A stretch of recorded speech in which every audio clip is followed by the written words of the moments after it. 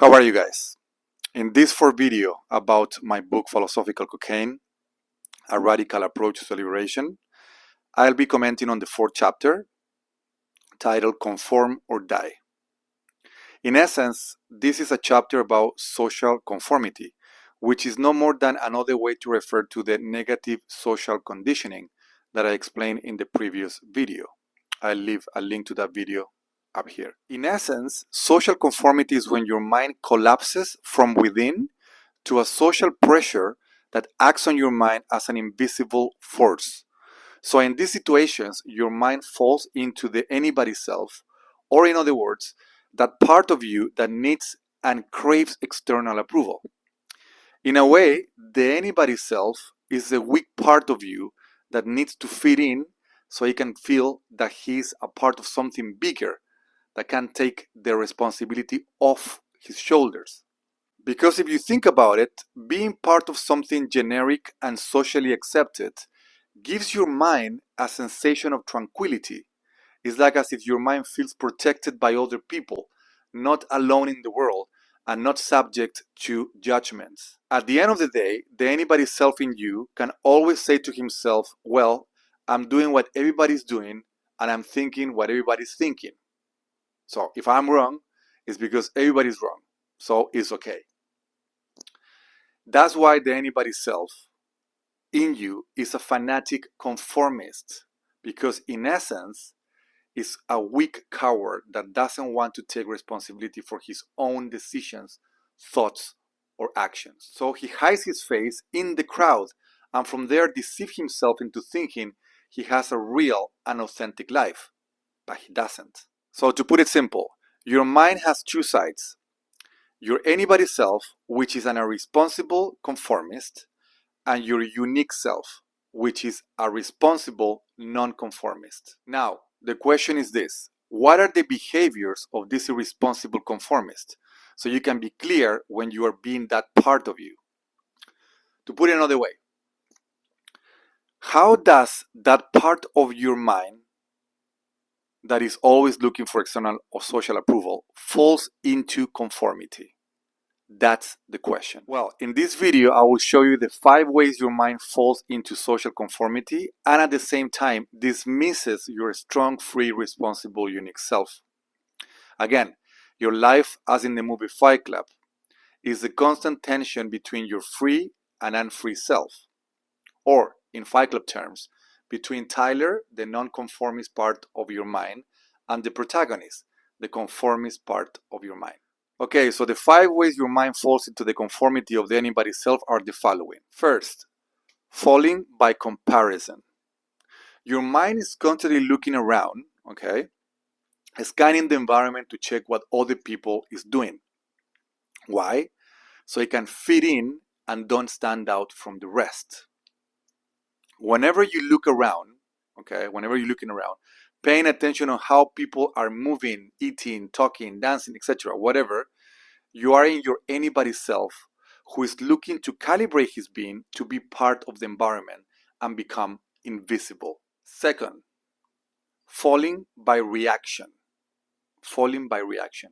Your mind is constantly looking around, scanning the reactions that other people have to what you are saying or doing, so he can feel accepted and validated in his way of being.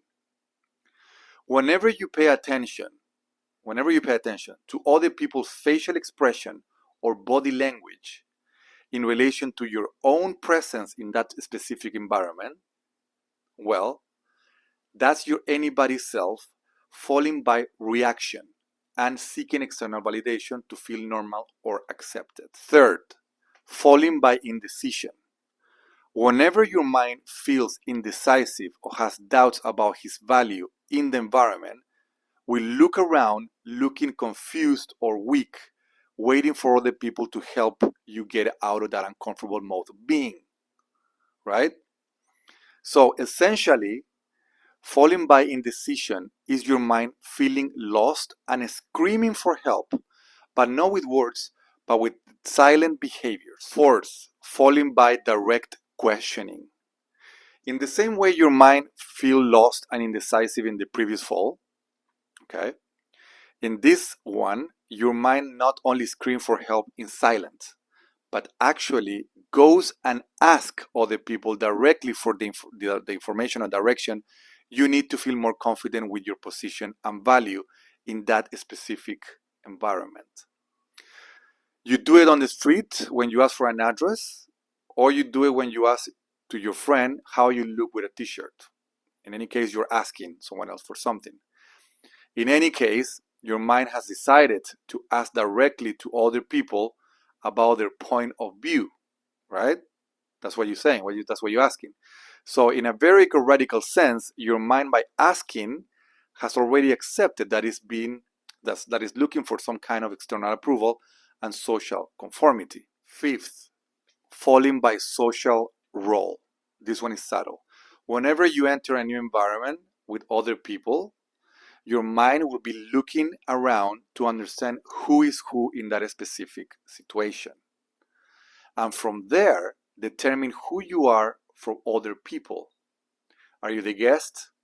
Are you the owner here? Are you accepted? Are you rejected? The important thing about all this is that whenever your mind finally finds its social role, then will feel entitled to do or don't do certain things.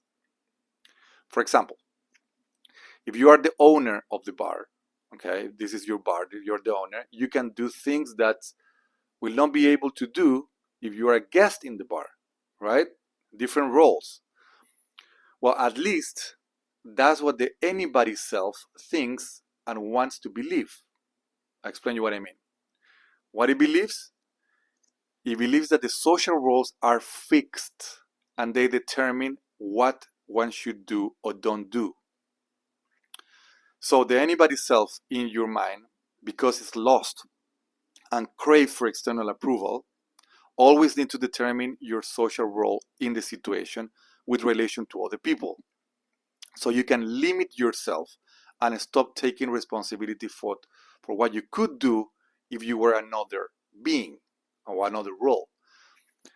At the end, falling by social role is just another way for your anybody self to say, well, don't look at me, I am just this and nothing more. Okay, the social role. In essence, the fact that most of people are so fixed into a social role and trapped mentally in their anybody self, okay, trapped because of this role, also means that the world is like a custom party where everybody plays a role that he or she was trained to play by negative social conditioning, of course. What else? Always conforming to other people, okay, and never taking the risk to be something more or be something else. And that's what I call in the book the comfort of your anybody self, okay? In other words, the way that your mind uses social conformity to disappear as a unique, irrepeatable individual by sticking to an impersonal role play so you don't have to take responsibility for your freedom. Okay, in the next video, I will explain you what are the 10 mental habits of your mind when you are being your unique, powerful, responsible self. In other words, the Tyler Durden that you have trapped inside. If you like the content of this video, subscribe to the channel to keep learning more about self-liberation, social conditioning, and all the master keys to true, long-lasting self-improvement. I will leave a link in the description to download for free the first chapter of my book. Just put your name, your email, and you get it straight to your inbox. This is Alvaro Quevedo, philosopher, award-winning magician, and world traveler with over 20 years of experience living the infamous nomadic lifestyle. See you in the next one.